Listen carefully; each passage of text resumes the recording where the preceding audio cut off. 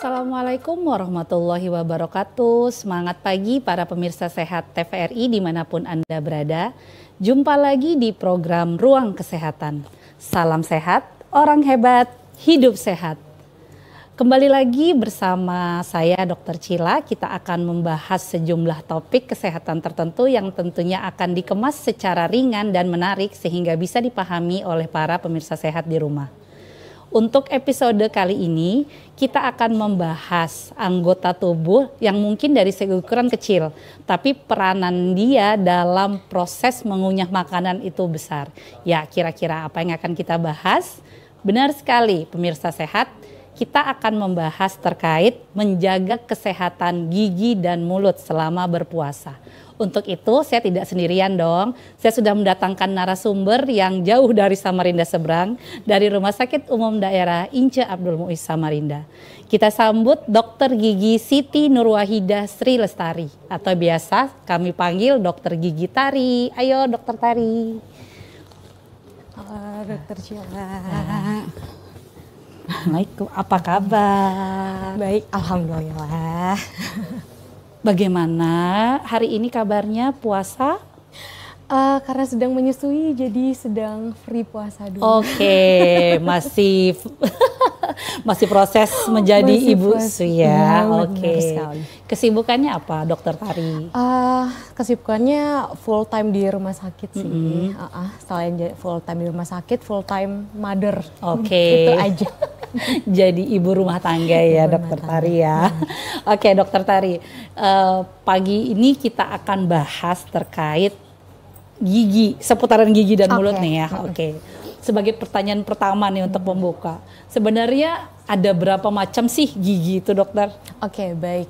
Jadi kalau untuk dewasa itu gigi ada 32 berapa macam ya? Iya, berapa jenis? Ada berapa jenisnya itu ada gigi seri, ada gigi taring, gigi geraham kecil dan gigi geraham besar. Itu ada 4 jenis dan kalau untuk dewasa itu ada 32 jumlahnya.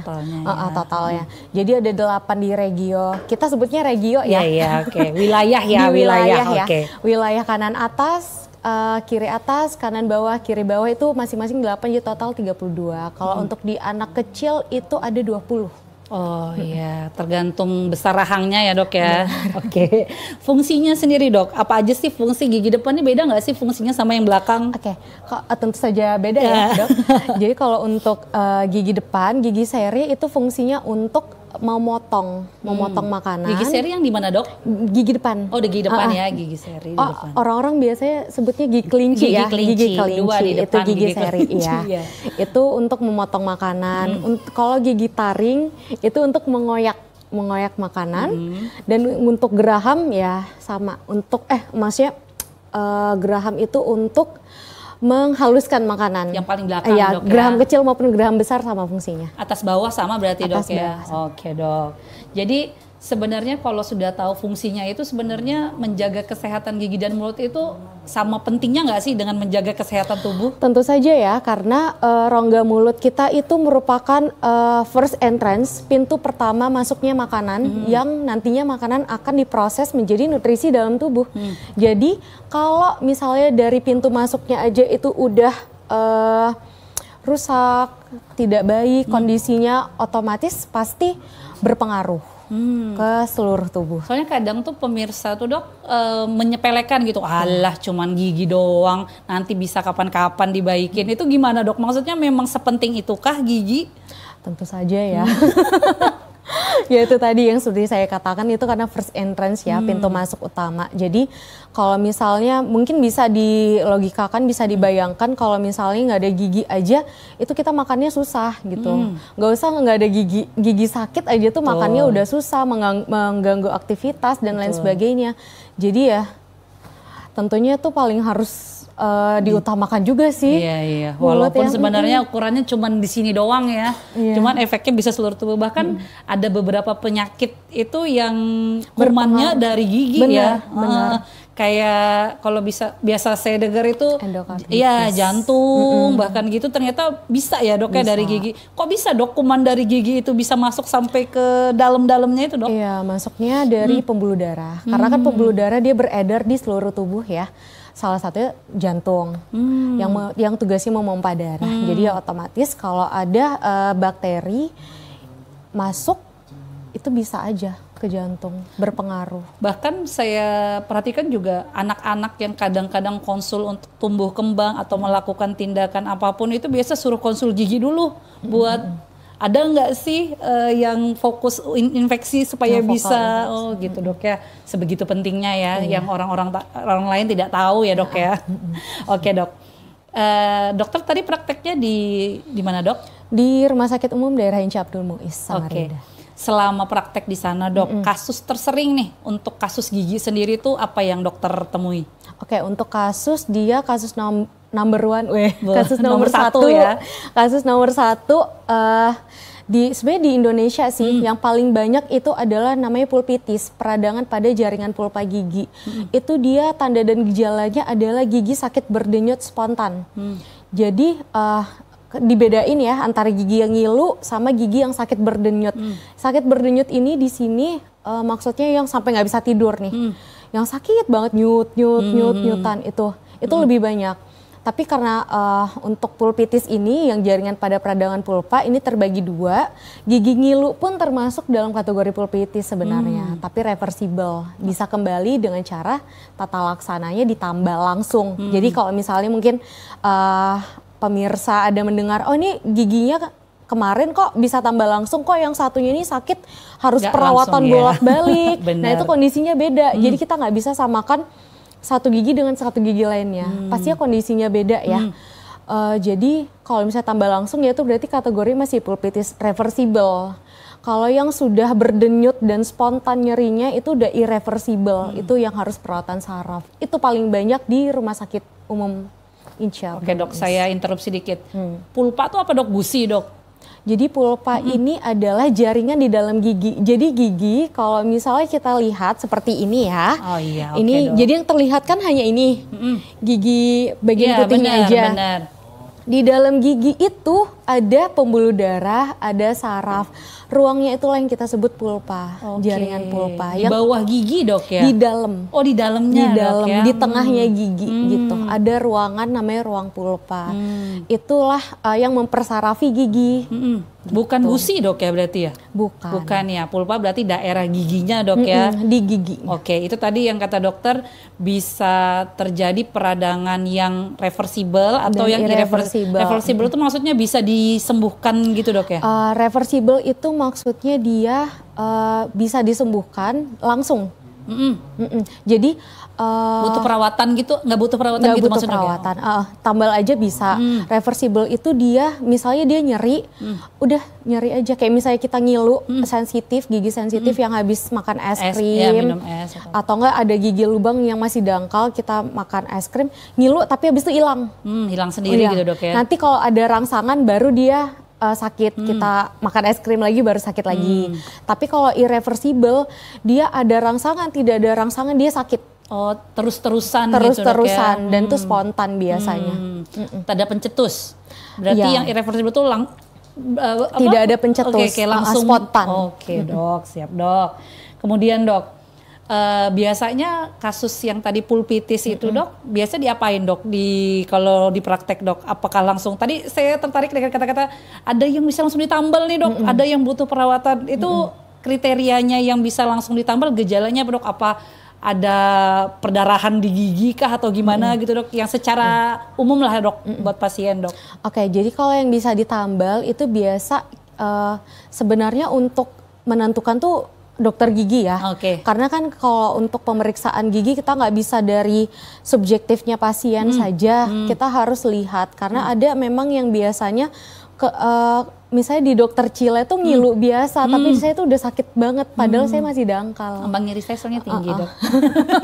Iya, padahal dangkal, tapi menurut saya kok nyeri sekali gitu. Tapi di dokter Cile enggak, kok tuh biasa aja gitu. Itu bisa berbeda persepsi nyerinya tiap orang ya. Jadi untuk menentukan ini bisa ditambal langsung atau tidak tetap harus dokter gigi. Tapi biasanya gejalanya yang sudah saya sebutkan tadi itu dia ngilunya ketika ada rangsangan saja. Jadi hanya ketika makan minum yang dingin biasanya itu. Oh, berarti memang pemirsa sehat bukan, duh nih kayaknya lobang nih mesti ditambal nih dok, tapi ternyata harus diperiksa ya. Iya, jadi nggak boleh protes ya dok ya, seandainya dokter giginya memutuskan ibu ini harus perawatan dulu. Oh benar, baik dokter Tari.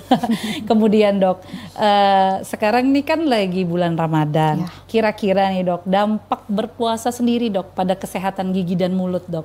Oke, untuk dampak berpuasa secara langsung sebenarnya nggak ada ya. Kecuali skip sikat gigi.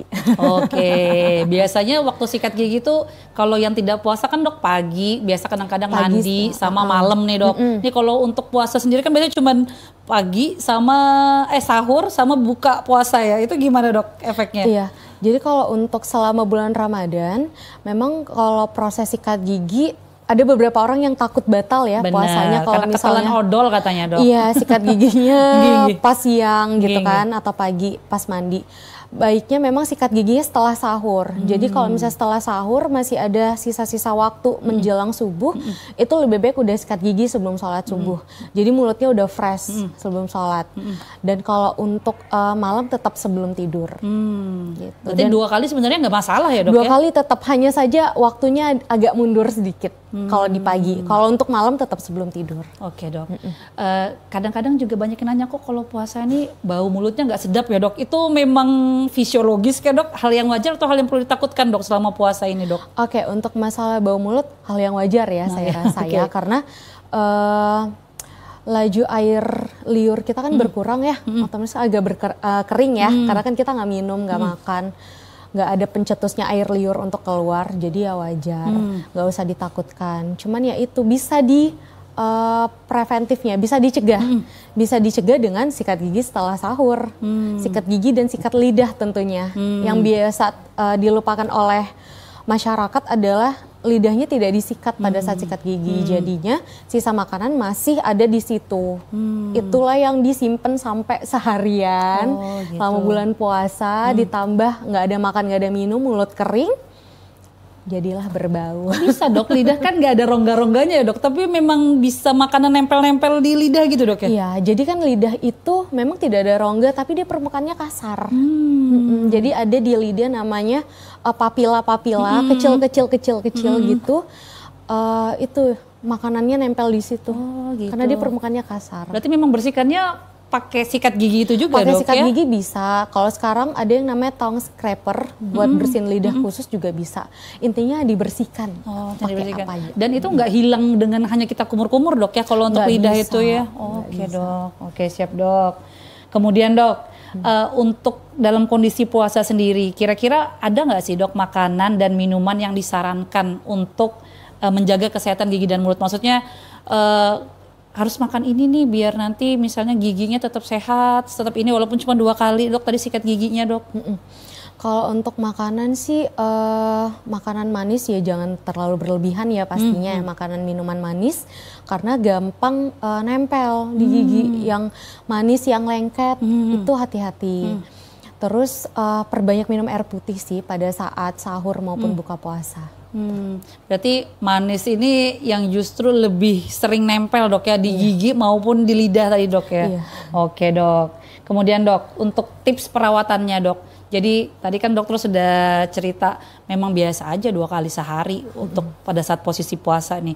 Perlu nggak dok plus tambah larutan kumur apa gitu dok selama puasa tuh dianjurkan nggak sih dok sebenarnya? Kalau dianjurkan sih tidak ya, bukan tidak, maksudnya tidak terlalu dianjurkan. Tapi kalau mau boleh silahkan. Tapi berkumurnya tetap ini ya setelah sahur sebelum puasa gitu ya. Kalau mau pakai obat kumur sih silahkan, cuman memang kadang ada beberapa obat kumur yang bikin mulut tuh lebih terasa kering gitu. Jadi disesuaikan aja. Terus tanpa berkumur dengan obat kumur pun saya rasa kalau udah sikat giginya benar caranya, frekuensi benar, ditambah sikat lidah juga itu udah cukup sebenarnya. Sama minum air putih banyak tuh udah cukup kok untuk menghilangkan bau mulut. Biasa yang dikeluhkan kan kalau bulan puasa tuh bau mulut ya. Benar. itu udah cukup kok. Tapi kalau mau ditambah obat kumur juga boleh, karena obat kumur itu kan dia sifatnya menghambat bakteri. Dia punya sifat daya hambat bakteri. Ya, jadi untuk memperkuat sama ininya setelah sikat gigi dan segala macamnya boleh tambahin obat kumur boleh. Oke dok. Tapi nggak harus juga sih. Nggak harus ya. Jadi sebenarnya sudah cukup aja sih ya sikat gigi. Ini dari tadi kita bahas tentang sikat gigi, sikat gigi. Sebenarnya dok nih udah bawa boneka nih dok ya. Gimana sih dok cara sikat gigi yang benar dok? Oke, di sini kita udah ada ini ya. Namanya siapa dok? Daniela. Oke, Daniela. Ini boneka giginya Poligigi Rumah Sakit Umum Inca Abdul Muiz. Jadi kalau Iji mau ketemu Daniela bisa banget ke Rumah Sakit Muiz. Bisa ya, kalau mau penasaran mau foto bareng mau sama Daniela. Iya, jadi di sini saya udah bawa pentem gigi. Saya juga bawa jenis-jenis sikat gigi ya. Cuman ini yang saya dapat di pasaran hanya 2.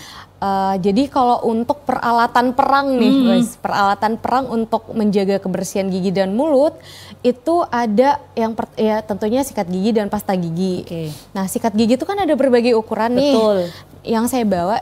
Jadi ini adalah ini kepala sikat gigi nih namanya yang ada bulu sikatnya ini.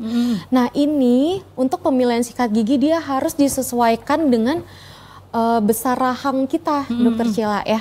Jadi kalau misalnya kita rasa-rasa sendiri lah ya. Kalau misalnya rahang kita besar, ya oke lah pakai kepala sikat giginya besar.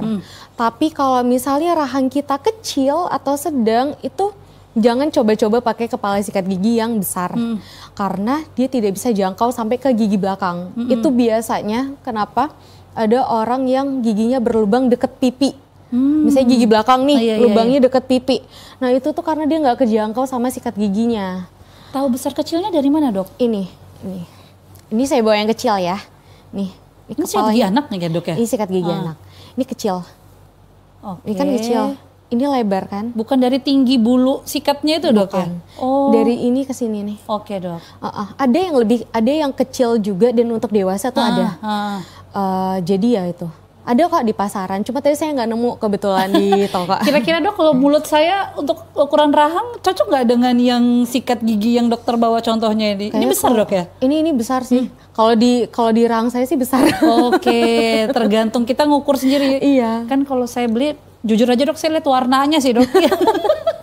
mana yang bagus saya udah nggak nyocok-nyocokin, nah ternyata perlu dicocokin dok ya? Iya, nggak juga sih di toko harus gini. Tapi disesuaikan aja. Kalau misalnya dokter Cila biasa pakai sikat gigi yang mana, terus pada saat sikat gigi kok kayak kesogrok gitu, kayak kesodok bagian belakangnya, kemungkinan dia besar.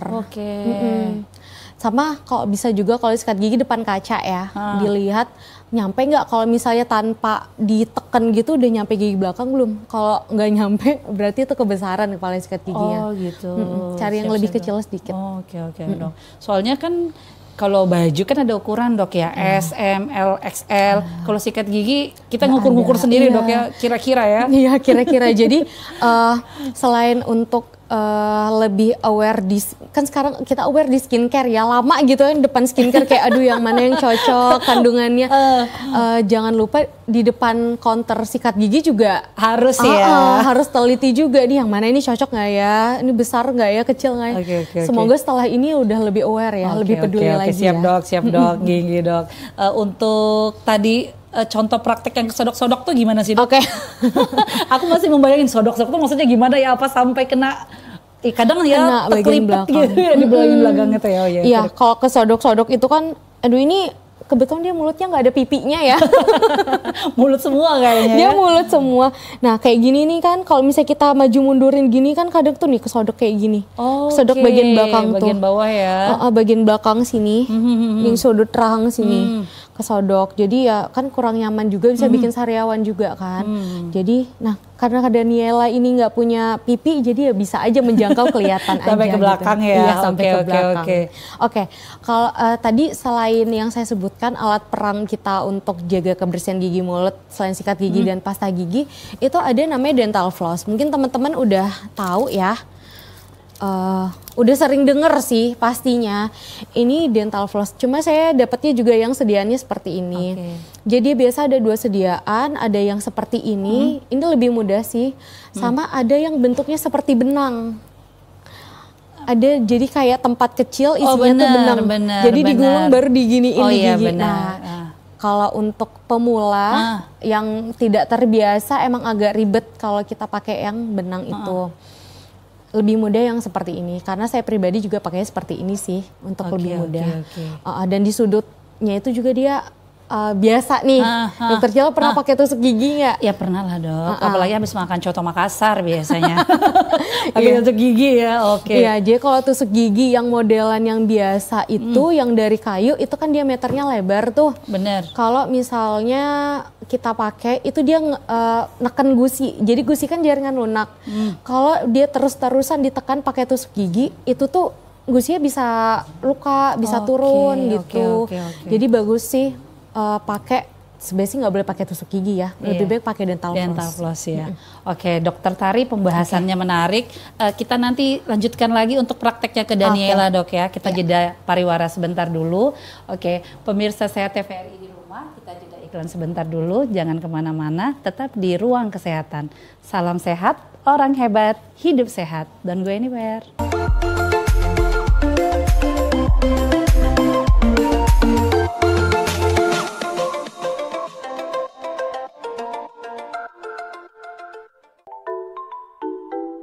Apa itu stunting?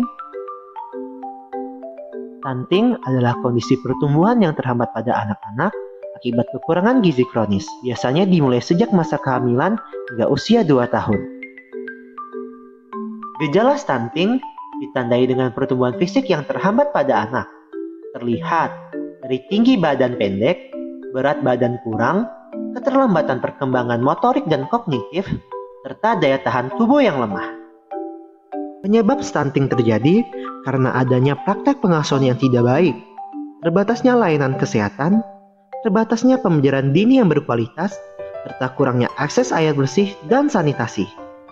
Cegah stunting sejak dini dengan memastikan anak makan buah dan sayur yang sehat, mencukupi asupan gizi sejak pembuahan sel telur hingga anak berusia 2 tahun, memberikan ASI eksklusif hingga bayi berumur 6 bulan, dan mengusahakan anak mendapatkan imunisasi yang lengkap.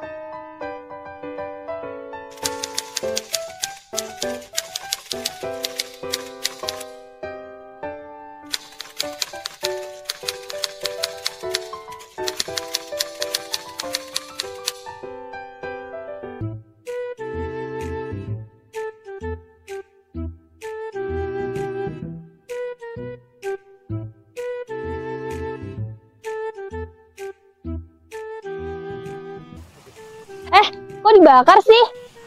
Wah, emangnya kenapa? Kan ada cara lain. Kita bisa mengolah sampah tanpa merusak lingkungan. Yuk, aku punya beberapa tips untuk kamu. Pertama, memisahkan sampah sesuai jenisnya. Cara pertama yang dapat kamu lakukan untuk pengolahan sampah dapat dimulai dengan memisahkan sampah menjadi 2 bagian, yakni organik dan anorganik. Kedua, melakukan zero waste. Konsep zero waste yang mulai sering disuarakan agar manusia mulai peduli dengan alam dapat diwujudkan dengan menggunakan barang-barang yang tidak habis dipakai. Salah satunya seperti mengganti plastik dengan tas belanja kain. Ketiga, membuat pupuk dari sampah organik. Daripada membiarkan sampah organik berbau busuk karena bakteri pengurai, ada baiknya kamu melakukan daur ulang dengan menjadikannya sebagai pupuk kompos pada tanaman. 4. Melakukan daur ulang pada sampah anorganik. Sama seperti konsep 3R, kamu dapat membantu pengolahan sampah dengan memilih barang-barang yang masih dapat digunakan kembali. Nah, sekarang udah ngerti kan? Sayangi bumi, langkah kecil, dampak besar.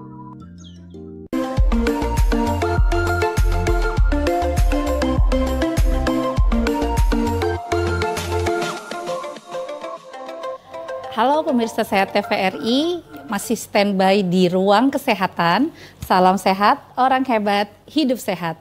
Masih bersama saya Dr. Cila dan juga narasumber kita, Dr. Gigi Siti Nurwahida Sri Lestari atau yang biasa kami panggil Dr. Gigi Tari. Oke dok, kita lanjutkan pembahasannya tadi ya dok ya. Udah cukup menarik nih, tadi terhenti saat mau praktek sikat gigi ke Daniela dok. Monggo dok, silahkan dilanjutkan. Baik. Seperti yang tadi udah ini ya saya sebutkan, kita pilih dulu ya. Mungkin saya pakainya yang kepala sikatnya besar ya karena Daniela nggak punya pipi. Oke. Jadi untuk sikat gigi itu ada tata caranya. Oke. Nggak bisa asal-asal. biar pembersihannya tuh lebih efektif Oke, Dok. gitu. Jadi setelah memilih sikat gigi yang tepat untuk besar rahang kita, caranya adalah pertama kita basahi dulu sikat gigi di bawah air mengalir. Setelah itu kita kasih pasta gigi dan pasta gigi juga ada takarannya. Untuk orang dewasa itu sebesar biji jagung gitu. Di ujung sini aja sebenarnya nggak udah penuh, cukup. Dok ya? Nggak perlu penuh sebenarnya. Sebesar biji jagung udah cukup. Kalau mau penuh ya nggak apa-apa sih. Cuman yang disarankan, Dok, ya? disarankan. Oke. Cuman kalau untuk anak kecil itu hanya di sudut ini aja. Kalau untuk anak kecil. Jadi misalnya ini sikat gigi kecil nih ya, buat anak-anak. Jadi kita sebutnya sebesar biji apa ya? Beras kalau nggak salah. Jadi misalnya pasta gigi nih, diginiin aja set gitu. Setitik gitu, Dok, ya, setitik gitu aja, sedikit aja. Jadi anak kecil nggak banyak. Soalnya ada beberapa orang tua kan takut resiko, aduh kalau pakai pasta gigi nanti ketelan. Bener. Nah kalau sikat gigi tanpa pasta gigi justru nggak efektif gitu. Jadi tetap pakai pasta gigi, hanya saja dikurangin banyaknya gitu. Oke, Dok. Oke, setelah kasih pasta gigi nih kan tadi udah dibasahin pasta gigi, baru kita mulai dari ini sebenarnya enak-enaknya dari kita aja ya, mau mulai dari depan atau belakang.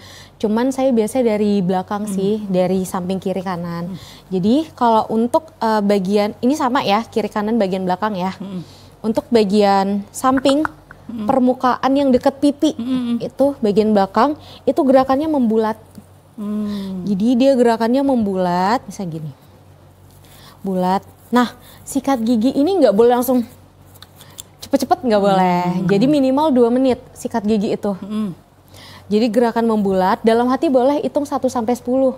Jadi sambil gerakan membulat 1, 2, 3, 4 sampai 10. Setelah itu udah sudah di sebelah kiri, sisi satunya lagi di sisi kanan.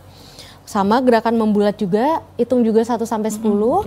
Kemudian untuk bagian depan yang keliru biasanya tuh gini. Benar.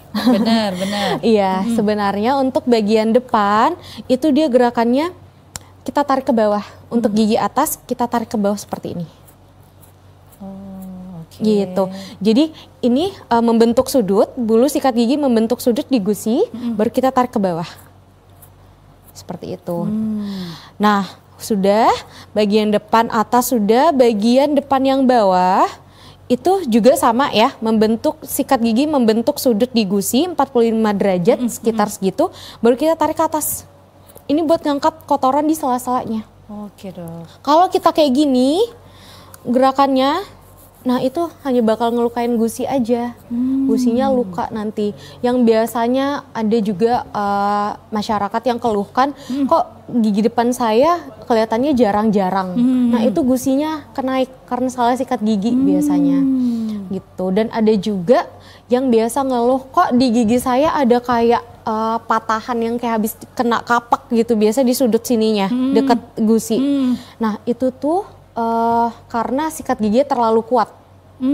Jadi sikat gigi nggak boleh kuat. Efektifnya memang pelan-pelan, itu dia minimal 2 menit. Jadi nggak usah buru-buru, pelan-pelan aja. Justru nggak boleh kuat-kuat, Dok ya? Nggak boleh kuat-kuat karena ntar gusinya luka. Nah sudah bagian permukaan depan, itu kita bagian permukaan dalam.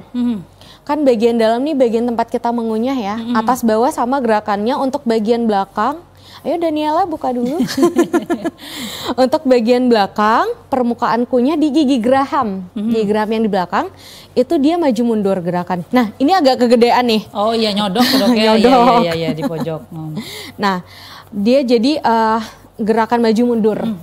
Gerakan maju mundur satu sisi, dan kemudian sisi selanjutnya juga sama ya, gerakan maju mundur. Setelah itu, setelah 1 sampai 10 hitungannya juga sama. Bawah sudah, atas jangan lupa tentunya ya. Ini juga gerakan maju mundur 1 sampai 10, ini juga 1 sampai 10. Dan yang sering terlupa adalah di dalam tuh ada permukaan gigi juga loh. Ini harus kena sikat gigi juga. Oh, yang di depan bawah, Dok ya? Iya, nih mungkin bisa kelihatan. Nih, di bagian sini, bagian dalam ini. Nah, ini biasanya terlewat dok. Terlewat, tidak benar, disikat, jadinya karang gigi ngumpul semua di sini. Itulah yang bikin bau mulut. Karang gigi kan salah satu penyebab dari bau mulut. Jadi kalau untuk membersihkannya bagian tadi saya tunjuk itu ditarik ke luar. Tapi pelan-pelan ya. Sekali lagi pelan-pelan karena sakit.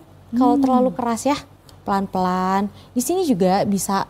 Makanya kenapa saya anjurkan sikat gigi jangan terlalu besar. Karena kalau misalnya sini ntar susah. Oh ya nggak nyampe ya. Iya kita kan nggak tahu. Iya. Okay. Sama sikat gigi depan kaca deh saya anjurin. Bisa banget tipsnya. Sikat gigi depan kaca biar tahu ini permukaan mana yang belum kena sikat ya. Nih bagian dalam. Ini harus pelan-pelan karena ada beberapa orang yang refleks muntah. Kalau misalnya ada yang masuk di dalam rongga mulut yang terlalu agak ke dalam. Biasa anak-anak dok ya, kalau terlalu dalam langsung refleks mau muntah gitu. Iya, kalau untuk anak-anak ntar disesuaikan aja. Kalau misalnya dia refleks muntah ya udah bagian depan ini aja cukup. Gak usah sampai bagian belakang. Ada maknanya nggak sih dok yang tadi gerakan memutar di kiri dan di kanan itu dok? Kalau di atas bawah tadi kan buat nurunin kotoran yang di atas. Kalau yang muter-muter itu gimana dok? Kalau yang muter-muter itu karena dia kan permukaannya lebih besar ya. Takutnya kalau kita hanya satu arah saja. Pokoknya kalau gerakan satu arah itu kan otomatis gusi bakal luka yang pertama. Terus kalau di bagian belakang ini kita hanya satu arah dia nggak efektif maksimal. Karena yang mau kita capai adalah permukaan gigi belakang yang dekat pipi itu atas bawah. Karena kan kita kalau sikat gigi kan ngatop gini nih, gini kan. Gini kan dari belakang gini kan. Betul, dok. Nah, kalau kita gerakan memutar tuh kena tuh. Atas bawahnya tuh kena. Semuanya kena. Tapi kalau kita gini aja pasti yang kena hanya satu sisi aja, entah itu atas aja atau bawah aja dan juga ngelukain gusi. Jadi kurang efektif. Gitu. Dan setelah tadi kita udah sikat nih ya, anggapnya ini atas juga udah ya. Gini, tadi kan bagian dalamnya. Oke, jangan lupa sikat lidah.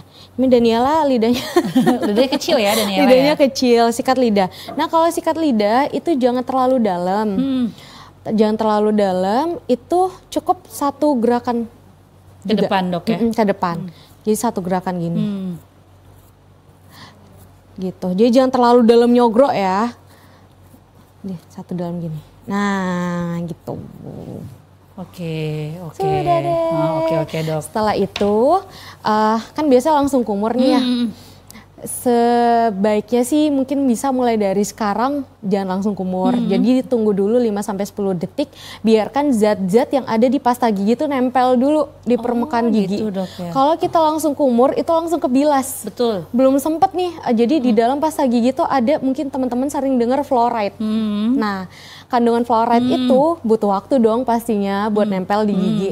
Jadi 5-10 detik jangan langsung kumur. Cuma kan kadang belepotan ya udah bersihin aja dulu daerah mulutnya.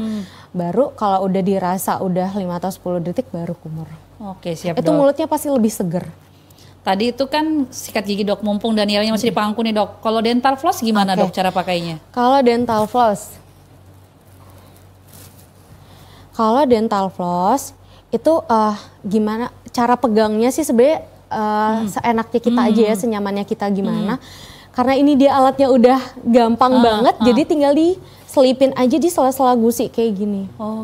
Cuman kan kadang aduh takut sakit gitu, pelan-pelan. Selipinnya pelan-pelan. Nah ini nggak bisa keselip nih Daniela. Nih diselipin di gusi, misalnya di gigi ya, diselipin di gusi. Nah itu nanti kita arahin, kita keruk. Ngungkit gitu dok ya? Kita keruk ke arah gigi itu. Jadi kan biasa kotoran gigi itu, kotoran sisa-sisa makan itu nempel di daerah, di daerah sini nih. Oh bawah? Bagian bawah. Ya, bagian bawah ini ada yang kalau giginya masih rapat, masih bagus, itu dia susah dibersihkan pakai sikat gigi aja.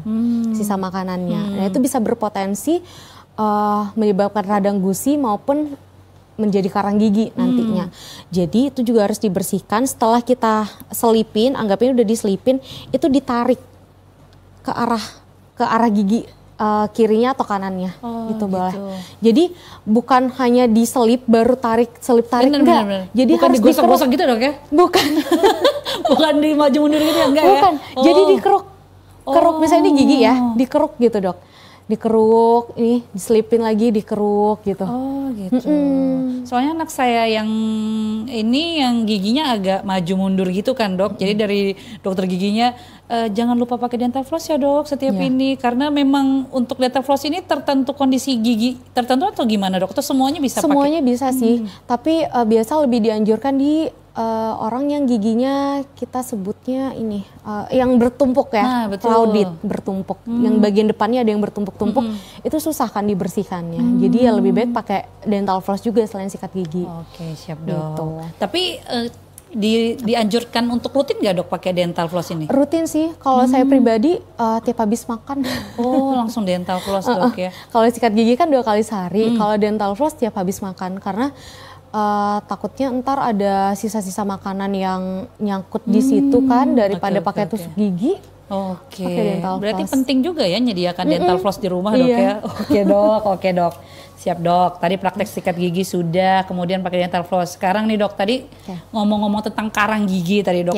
Sebenarnya dari mana sih dok karang gigi itu muncul? Oke, jadi karang gigi itu tadi kan saya ada singgung masalah sisa makanan nih. Nah, karang gigi itu sebenarnya asalnya dari sisa makanan yang nyangkut di permukaan gigi, entah itu di sela-sela atau di permukaan giginya. Lalu dia tidak bersih, maksudnya tidak hilang dengan secara maksimal, jadi masih nempel di situ berhari-hari, berbulan-bulan, terkena air liur, menyebabkan pengerasan pada sisa makanan itu. Jadilah karang gigi. Paling banyak biasanya di daerah depan di dok ya? Di daerah sini, maka yang saya sebutkan tadi itu. Ini, jadi banyak banget pasien itu yang bagian depannya tuh cantik giginya, tapi karena dia entah tidak tahu, belum paham, jadi di bagian sini yang banyak karang giginya, bagian dalam. Perlu dipinjemin Daniela kayaknya dok ya, praktek sikat gigi sampai daerah bawah gigi ya dok. Oke dok. Terus cara mencegahnya tadi dok, selain sikat gigi ada tips-tips lain dok? Oke, kalau untuk karang gigi itu kan dia efek jeleknya itu bisa menyebabkan pertama gusi berdarah. Jadi gampang banget cara tahu kita ada karang gigi apa enggak, itu pada saat kita sikat gigi, kita meludah, itu ada darah. Itu satu-satunya gejala demam berdarah dok ya, gusi berdarah itu ya, ternyata karang gigi juga karang dok gigi. Ya. Jadi sebenarnya kalau gusi berdarah itu kan banyak ininya ya. Benar. Bisa karena yang itu demam berdarah, bisa juga karena bisa aja gusinya luka, tapi bisa juga karena karang gigi. Jadi kan karang gigi itu dia sembunyi, dia selain di permukaan gigi, dia juga bisa sembunyi di bawah gusi. Makanya kalau misalnya cara sikat giginya salah, itu bukan yang membersihkan, malah mendesak sisa makanan ke bawah gusi. Ngedorong itu gitu yang dok jadi ya. karang Jadi gigi. tertanam ke bawah dok ya. Ke bawah. Ini yang kalau kita perawatan biasanya minta scaling dong dok? Iya, scaling atau pembersihan karang gigi itu. Makanya kenapa ada, mungkin bisa beda-beda juga ya hasilnya tiap orang ya. Misalnya saya scaling nih, banyak banget darahnya tuh jangan panik. Karena berarti karang gigi emang udah sampai bawah gusi. Tapi ada juga yang orang scaling cepet aja, bentar aja, dan tanpa yang berdarah-berdarah, itu ya berarti dia karang giginya nggak terlalu dalam di atas permukaan. Saya dok ya, baru beberapa hari yang lalu dok ya, scaling sama dokter gigi Tari. Jadi memang pengaruh karena saya memang rutin scaling, dan pada saat scaling yang kemarin itu memang nggak ada berdarah dok ya, dan memang terasa lebih kesat banget giginya dok ya. Oke dok.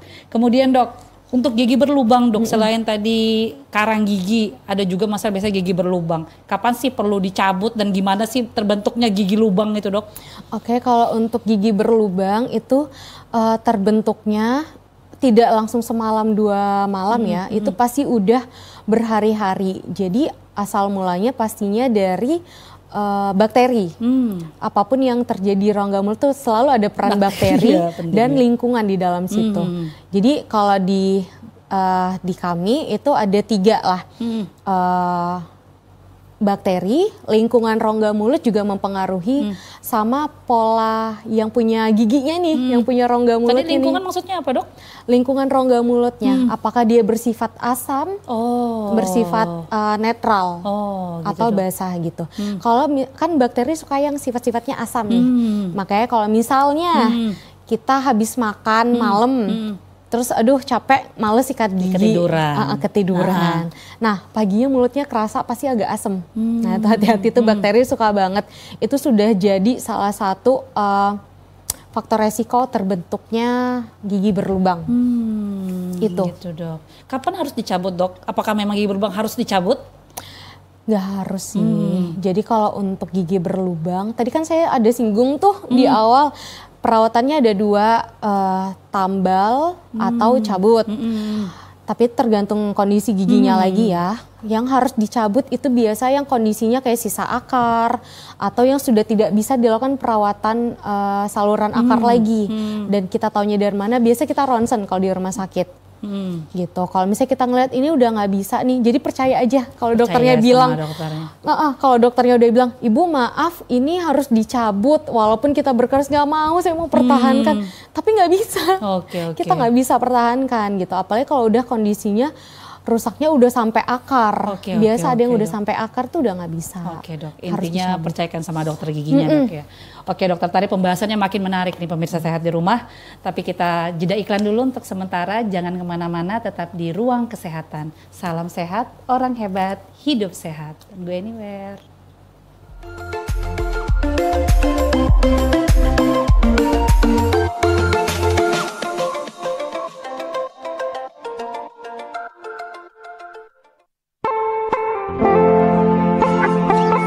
Balikpapan, simpul hilirisasi migas dan logistik Kalimantan Timur, berdampingan dengan Ibu Kota Nusantara. Bahwa kepindahan Ibu Kota Negara ke Nusantara adalah bukan hanya pindah istana presiden, tetapi yang ingin kita bangun adalah budaya kerja baru, mindset baru. Ibu Kota Nusantara, babak baru peradaban bangsa Indonesia. Menjadi pusat pemerintahan dan inovasi hijau. Walaupun kita harus berpikir bahwa IKN Nusantara ini kan Indonesia sentris. Nggak boleh lagi Jawa sentris dan juga nggak boleh Kalimantan sentris. Tetapi kita ingin mengangkat juga budaya lokal ke dalam berbagai hal di mana keseharian kita juga nanti akan diwarnai. Dibangun dan didirikan berdasarkan Undang-Undang Nomor 3 Tahun 2022 tentang Ibu Kota Negara.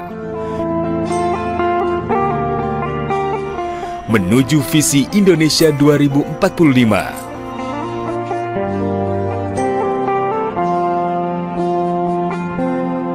Kota dunia untuk semua.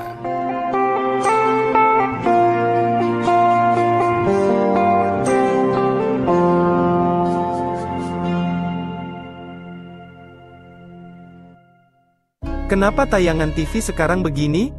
Gosip semua, drama semua, provokasi semua, hiks. Gak bahaya kah? Aku lelah, aku kesal. Gimana kalau nonton TVRI aja?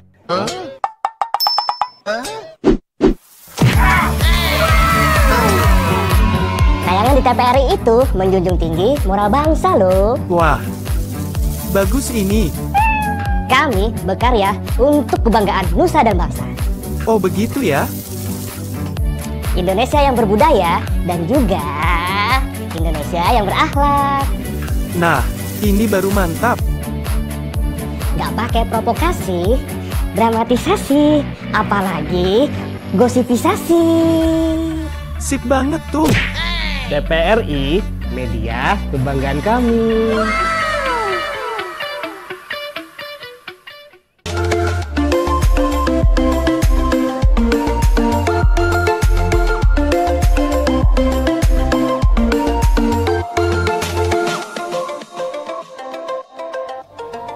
Oke, pemirsa sehat TVRI di rumah, masih bersama saya Dr. Cila di Ruang Kesehatan. Salam sehat, orang hebat, hidup sehat. Masih bersama dokter gigi narasumber kita nih, Dokter Gigi Siti Nurwahida Sri Lestari atau Dokter Gigi Tari. Oke dok, di sesi terakhir kita akan masuk ke bagian sesi mitos dan fakta dok. Nanti ada pernyataan netizen yang sudah saya kumpulkan nih dok, ada beberapa. Nanti itu kita mohon Dokter Gigi Tari berkenan untuk mengkonfirmasi ini mitos atau fakta dok. Baik. Ya. Oke, di segmen mitos atau fakta.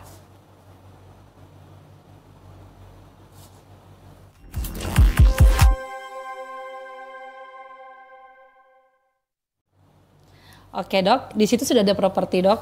Oke dok, ada properti mitos atau fakta. Oke siap dok. Saya akan membacakan pernyataan yang pertama dok ya. Oke, sahur dengan jeruk atau lemon atau tomat dapat mengurangi kemungkinan bau mulut selama berpuasa. Mitos atau fakta dok? Kemungkinan bau mulut ya. Nggak ada abu-abu ya. Bisa dok diangkat dua-duanya, nanti dijelasin mitosnya kenapa dok, faktanya kenapa dok?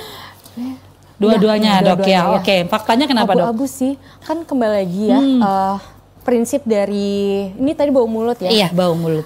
Bau mulut. Walaupun kita makan yang sehat, tapi kalau kita nggak sikat gigi juga sama aja ya. Karena untuk menjaga kesehatan gigi mulut itu selain dari makanan juga secara mekanis yaitu sikat gigi. Jadi kalau untuk dibilang hanya dari makanan saja sih enggak, kurang tepat. Dok ya, kurang tepat dok. Oke dok, berarti mau pakai sahur apapun, jeruk, lemon, tomat, tapi kalau nggak sikat gigi ya sama aja dok ya, bau mulut. Oke siap dok. Kemudian dok, laki-laki lebih beresiko mengalami bau mulut saat berpuasa dibanding perempuan. Mitos atau fakta dok? Ini fakta. Oh fakta dok. Aduh takut nih, kenapa dok? Karena laki-laki itu dibandingkan sama perempuan itu lebih kurang peduli sebenarnya. Aduh saya mau ketawa dok. Lebih kurang peduli jaga kesehatan gigi mulutnya gitu. Kalau ini saya bilang fakta, saya berdasarkan pengalaman. Pengalaman saya selama ini itu pasien-pasien jenis kelamin laki-laki atau pria itu lebih kurang peduli memang. Jadi kondisi rongga mulutnya dibandingkan sama yang pasien perempuan itu lebih berarti cueknya laki-laki ini bukan hanya ke perempuan dok ya, tapi cueknya ke kesehatan gigi mulut juga. Bener. Itu fakta berarti dok ya. Oke dok, kita lanjut ke pernyataan berikutnya. Berkumur air garam dapat membantu menjaga kesehatan gigi dan mulut saat puasa. Betul, mitos atau fakta dok?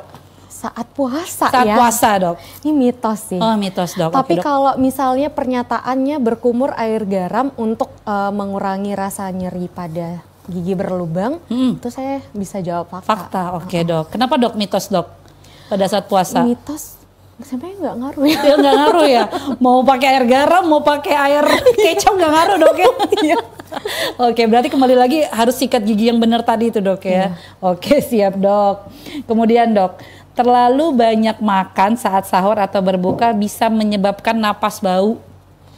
Terlalu banyak makan saat sahur dan berbuka. Ini salah juga, harusnya begah ya pertanyaannya. Bukan bau mulut ya dok. Tapi itu mitos atau fakta dok? Itu mitos. Oh mitos, oke dok. Kenapa mitos ya dok? Lagi-lagi ya pemirsa, bau mulut disebabkan dari kurang maksimalnya pembersihan gigi dan mulut. Gitu. Jadi ya udah kalau misalnya mau makan banyak juga ya, tapi kalau sikat giginya bagus, pakai dental floss juga gitu, ya insya Allah nggak bau mulut ya. Oke siap dok.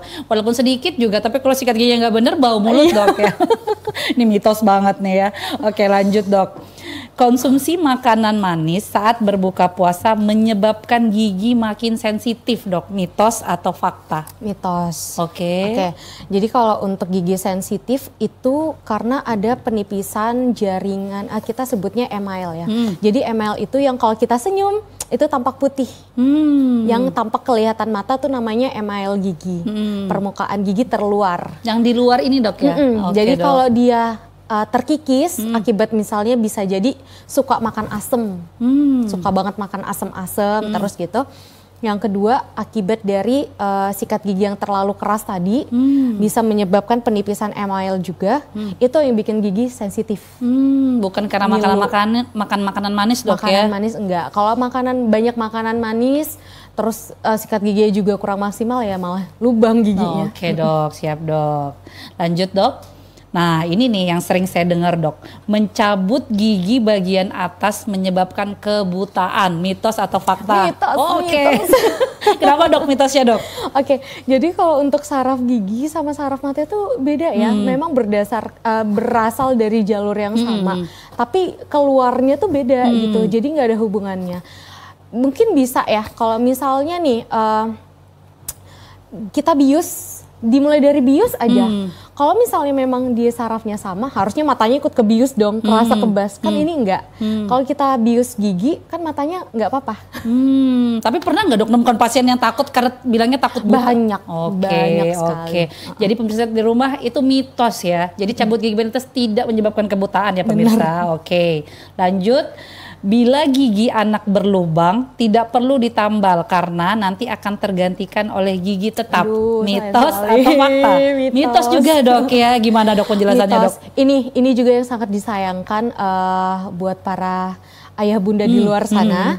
Jadi walaupun anak ayah bunda itu giginya masih gigi susu ya kita sebutnya ya, gigi masih susu, gigi susu, tetap harus dijaga karena gigi susu itu kan dia nggak langsung digantikan nih, ada waktu-waktunya. Ada yang tumbuhnya nanti di usia 6-7 tahun, ada yang tumbuhnya di usia 8-9 tahun, ada yang bahkan tumbuhnya di usia 13 tahun, 12-13 tahun, ya lama. Jadi kalau sudah rusak sebelum waktunya tumbuh, itu kan nyiksa anaknya. Kasihan anaknya ntar nggak bisa makan, otomatis nutrisinya berkurang. Apalagi kita kan lagi ini Indonesia lagi gencar-gencarnya masalah stunting. Itu sangat berpengaruh. Gigi, keadaan rongga mulut anak juga tuh berpengaruh ke masalah stunting. Karena kalau nggak sehat susah nelan dok ya. Iya sebenar. Oke dok, berarti mitos dok ya. Ya mau gigi tetap ya mau gigi sementara gitu dok ya tetap dirawat gitu dok harus ya. dirawat. Oke dok, lanjut dok. Gigi lebih bersih jika disikat kuat, mitos atau fakta? Tadi kita udah bahas banyak ya, ini udah mitos ya. Banyak banget efek negatifnya kalau kita terlalu kuat. Yang pertama ya di masalah gusi tadi itu, kalau gusinya itu berpindah tempat, maksudnya kalau gusi atas jadi naik, gusi bawah bisa jadi turun, tempat, no? naik jadi turun gitu ya, naik turun gusinya udah tidak. Kan gusi itu kan di antara gigi tuh bentuknya segitiga. Kalau dia sudah menurun, sudah tidak berbentuk seperti itu lagi, bikin ngilu. Akan ngilu giginya. Oke dok, gitu. Berarti nggak mesti kuat dok ya? Nggak boleh. Oke dok, berarti mitos dok ya. Lanjut dok, setelah makan wajib harus langsung sikat gigi, mitos atau fakta dok? Ini mitos sih. Gimana dok, kenapa dok? Dental floss aja cukup. Dental floss sama kalau misalnya kita makan, misalnya makan siang nih, terus kita makan, kan nggak mungkin ada sih orang yang bawa sikat gigi kemana-mana ya. Bener dok. Tapi biasa itu dia punya kondisi khusus nih. Misalnya dia pakai behel. Nah itu karena kan kawat gigi dok ya. Kawat gigi itu kan dia pembersihannya emang susah ya. Jadi biasa dia disaranin sama dokter spesialisnya untuk ada sikat gigi khususnya tiap habis makan. Nah tapi kalau untuk yang nggak pakai kawat gigi, sebenarnya pakai dental floss cukup, ditambah dengan kumur air putih setelah makan. Jadi misalnya kita makan nih, terus minumannya yang manis-manis, boleh juga minum manis, tapi habis itu bilas sama air putih, biar sisa makanannya itu terbilas. Gitu. Berarti nggak mesti langsung sikat gigi dok ya? Enggak harus. Pokoknya sikat gigi itu 2 kali sehari aja udah cukup kok. Oke, siap dok. Lanjut dok. Solusi untuk semua sakit gigi adalah dicabut, mitos atau fakta? Mitos. Oke dok, gimana dok mitosnya dok? Sudah dijelasin panjang lebar ya tadi dok ya? Iya, jadi untuk perawatan gigi itu tuh macam-macam, tergantung kondisi gigi itu. Nggak bisa kita langsung menentukan ini dicabut apa tidak. Yang bisa menentukan itu hanya dokter gigi. Itu pun kita melihat kondisi giginya. Kita memeriksa lagi, ini giginya persarafannya masih baik apa tidak. Kalau misalnya masih bagus, masih kondisi gigi juga masih menunjang, lubang tidak terlalu besar, sayang dong dicabut. Kehilangan gigi itu lebih menyakitkan. Menyakitkan, nggak bisa menimbulkan masalah baru. Kalau misalnya kehilangan gigi terlalu cepat, itu ntar kan gigi itu kan ada atas ada bawah ya. Kalau misalnya giginya itu nggak ada temennya nih, anggap aja misalnya gigi bawah yang lebih baik dicabut, biasa gigi bawah ya. Gigi bawah ini udah dicabut duluan, gigi atasnya bisa turun. Karena nggak ada landasannya tuh dok ya? Iya, nggak ada temannya gitu. Dok. Gigi juga harus berteman dok harus berteman. Dok. Lanjut dok. Mengunyah permen karet itu sama dengan membersihkan gigi. Mitos atau fakta dok? Mitos. Oh mitos, gimana dok? Padahal banyak tuh kan dok ya. Ayo coba deh kunyah dulu permen karet buat bersihkan gigi. Nah itu gimana dok penjelasannya? Sebenarnya kalau untuk permen karet dia lebih untuk menyegarkan nafas ya biasanya. Kan ada permen karet yang kandungan xylitol. Biasanya itu untuk menyegarkan nafas. Untuk membersihkan ya tentunya tidak ya. Oh iya, soalnya nggak nyampe ke sela-sela gigi dok ya. Iya nggak sampai ke sela gigi, nggak sampai ke belakang juga. Kan nggak mungkin permen karetnya dia gitu. Oh iya nggak bisa dok, tetap harus dibilas kayaknya dok. Oke siap dok, berarti mitos dok ya. Lanjut dok, dental floss dapat membuat gigi berjarak, mitos atau fakta dok? Mitos. Kenapa dok? Gigi berjarak itu bukan karena dental floss. Itu karena satu tadi itu gusinya, kondisi gusi. Jadi yang bikin gigi berjarak itu sebenarnya dia nggak kemana-mana ya giginya ya. Itu karena gusinya itu yang menurun. Jadi yang tadinya itu kayak tidak ada sela, tapi karena yang awal bentuk kita sebutnya interdental ya, antar gigi itu awalnya gusinya tuh segitiga, tapi karena rusak jadinya tuh datar. Jadi kelihatannya pasti ada jarak dong yang ditinggalkan tadi tuh. Padahal itu bukan karena dental floss dok ya? Bukan karena dental floss, makanya penggunaan dental floss yang benar itu juga harus diperhatikan tadi yang saya bilang. Oke dok, siap dok. Ini udah banyak ya kita bahas. Alhamdulillah kita tercerahkan dengan klarifikasi dari dokter gigi Tari ya dok. Oke dok, ini sudah memasuki sesi-sesi terakhir. Saya persilahkan kepada dokter Tari. Mungkin ada yang ingin disampaikan kepada pemirsa Sehat TVRI di rumah terkait ajakan atau motivasi dalam menjaga kebersihan gigi dan mulut dok selama berpuasa. Silahkan dok. Baik. Bagi pemirsa TVRI, sobat-sobat di rumah semua, walaupun di bulan puasa ini agak lemes gitu ya, kita harus tetap menjaga kesehatan gigi dan mulut kita agar mulut lebih segar tentunya selama menjalani bulan Ramadan dengan cara menyikat gigi 2 kali sehari, pagi kalau untuk bulan Ramadan pagi setelah sahur dan malam sebelum tidur. Jadi itu. Oke, terima kasih banyak dokter gigi Tari. Jangan kapok dok ya jika diundang bersama Daniela kembali ke TVRI di sini dok ya. Oke, terima kasih dokter gigi Tari. Oke pemirsa sehat di rumah, tidak terasa sudah 60 menit bersama saya Dr. Cila di Ruang Kesehatan. Kita akan kembali di episode-episode selanjutnya. Kita akan membahas tema-tema lain terkait topik kesehatan yang akan kita bahas. Oke, terima kasih atas perhatiannya. Assalamualaikum warahmatullahi wabarakatuh. Salam sehat, orang hebat, hidup sehat. Bye-bye.